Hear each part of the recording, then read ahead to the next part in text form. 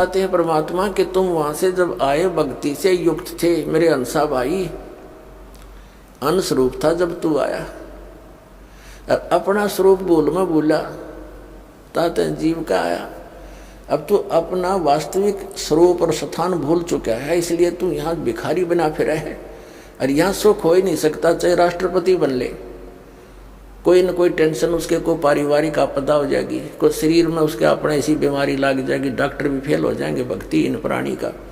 क्योंकि पूर्व जन्म के पुण्यों से उच्च पोस्ट पद प्राप्त करता है, अच्छा धन प्राप्त करता है, क्योंकि पहले जन्मों की बैटरी चार्ज है। आगे चार्जर ना लगने से बैटरी कितने दिन काम करेगी, एक दिन उसने अपना काम छोड़ना ही छोड़ना है। ऐसे बहुत से प्रमाण हैं। अंत समय में कैसी हालत हुई प्रधानमंत्री और राष्ट्रपति और मुख्यमंत्रियों की। तो कहने का भाव ये है, भगवान के सब बच्चे हैं, परमात्मा प्रमुख है, उसको हम भूल चुके हैं। उसकी याद दिलाने के लिए ही संत और सत्संग हुआ करते हैं। अब प्रसंग चल रहा है कि हम सतलोक से आए जब बहुत भक्ति से परिपूर्ण थे, इसने हमें लूट लिया। अब दयालु ने दया करी है, आपको उतना ही चार्ज करेंगे जितने आप वहाँ से चार्ज होकर आए थे। भक्ति की कमाई अति आवश्यक है। एक कई सरफरे संत कहते हैं, एक विशेषकर उनको नास्तिक समझना चाहिए जिनके ऐसे विचार हैं। भक्ति की आड़ में, वो आस्तिक की आड़ में नास्तिकता का बीज बो रहे हैं। दास ने इन सब के लिटरेचर पढ़े, कबीरपंथी संतों के भी पढ़े, सभी धर्म गुरुओं के अन्य धर्मशास्त्र पढ़े, तो उनमें दास ने क्या पाया कि जो लोकवेद प्रत्येक धर्म में चल रहा है उसके हटकर ज्ञान सदग्रंथों में है। और सदग्रंथों के ज्ञान बिना जो हम सुन और कह रहे हैं, सुना रहे हैं, वो सारा लोकवेद है, दंत कथा है, व्यर्थ है, उसका यूज नहीं। एक जम्मू के अंदर है, कबीरपंथी कहलाता है, कोई रांजड़ी गांव है जम्मू के अंदर, उनका नाम है श्री मधु परमहंस। अब उसने तो कबीर पंथ में नू कहे, मेरे समान इस ब्रह्मांड में किसी के पास वस्तु नहीं। वस्तु का अर्थ यही होता है कि ज्ञान अध्यात्म और समाधान कंप्लीट, नाम मंत्र दीक्षा सही हो, ज्ञान पूरा हो, तो उसी को संत कहा जाता है। तो वो क्या कहते हैं कि भक्ति की कोई आवश्यकता नहीं है, कमाई से कुछ नहीं होने वाला, दान पुण्य से कुछ होने वाला नहीं है, बस गुरु पार कर देगा। और वो क्या करता है, उसने क्या विधान बताया है, कैसा जाना है परमात्मा को। अब 2 मिनट में उसका सारा झाड़ा ले लिया जाएगा।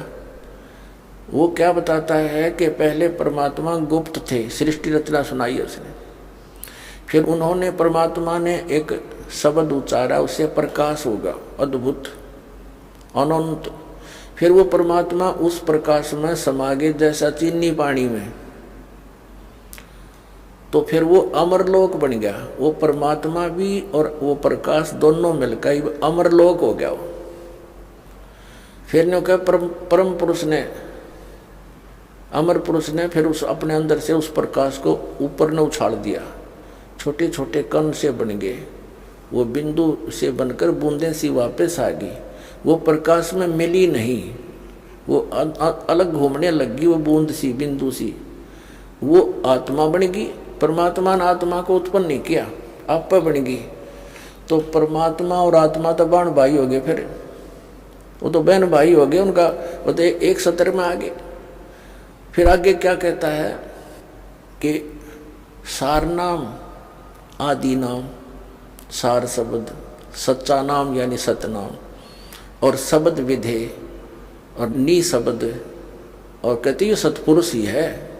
और सतपुरुष क्या है, फिर अमरलोक। अमरलोक क्या, वो प्रकाश का लोथड़ा खा के कबीरपंथी, ये काल के दूत हैं पक्के, और काल के भेजे भी न कह का पता नहीं, और नाम देता है सतनाम और सतगुरु। सतनाम का कख नहीं पता इसको। और फिर कहते हैं भक्ति की आवश्यकता नहीं, गुरु पार कर देगा। एक तो नाम देता सतनाम, ये एक देता सतगुरु, ये तो जाप करो, और एक कान में कर देता हूँ। अब जो दीक्षा लेने वाला व्यक्ति है वो कहता गुरु जी को समझा नहीं मैंने, वो कहता है यो वाणी का विषय नहीं है, ये तो कहा ना जाए, लिखा ना जाए, बोला ना जाए, वो मैंने तेरे अंदर विस्फोट कर दिया, ऊर्जा छोड़ दी। और फिर नो कहे इसका जाप करना चाहिए, बड़ा ध्यान लगाना चाहिए। कहीं तो कहता है कमाई की आवश्यकता नहीं, फिर नो कहे इस पर ध्यान लगाना चाहिए। अरे ध्यान कैसे लगाए प्राणी? ना तो उस गुरु ने पता क्यों वाणी का विषय नहीं, उसने बोल के सुनाया नहीं, वो ध्यान टट्टू का लाओगा, उसने ये नहीं पता ध्यान लाऊं किस चीज़ पे।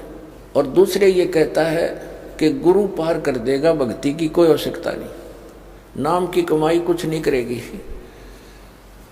जैसे कोई टीचर ये कहे कि विद्यार्थियों तुम्हें पढ़ने की आवश्यकता नहीं है, टीचर पास कर देगा, बस फिर बच्चा और के चाहिए, फिर मौज होगी होता मारो मौज।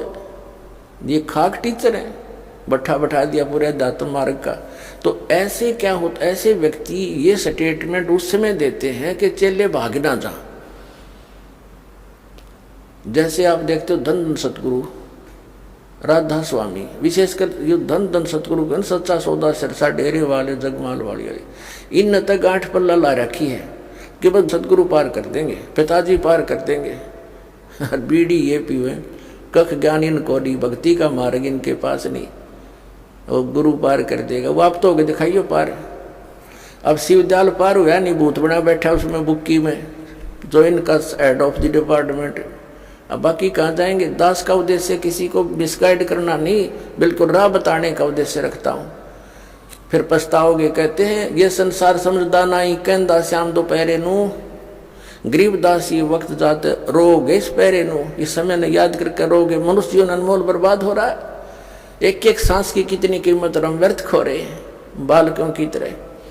तो ज्ञान से आप जागरूक होगे और उनसे फिर पीछा छुटवाओगे। तो इस प्रकार ये भक्ति का भट्ठा बैठाने के लिए काल ने ये एजेंट छोड़ रखे। और दास एक पूरे विश्व में सब मिसगाइड करने वाले, लेकिन सत्य और समर्थ, सत्य के अंदर इतना ताकत होती है और समर्थ हमारे साथ है कबीर जी। ये पूरे विश्व में जाएगा, सारा संसार जानेगा और जागेगा, मोक्ष कराएगा, सुखी होगा।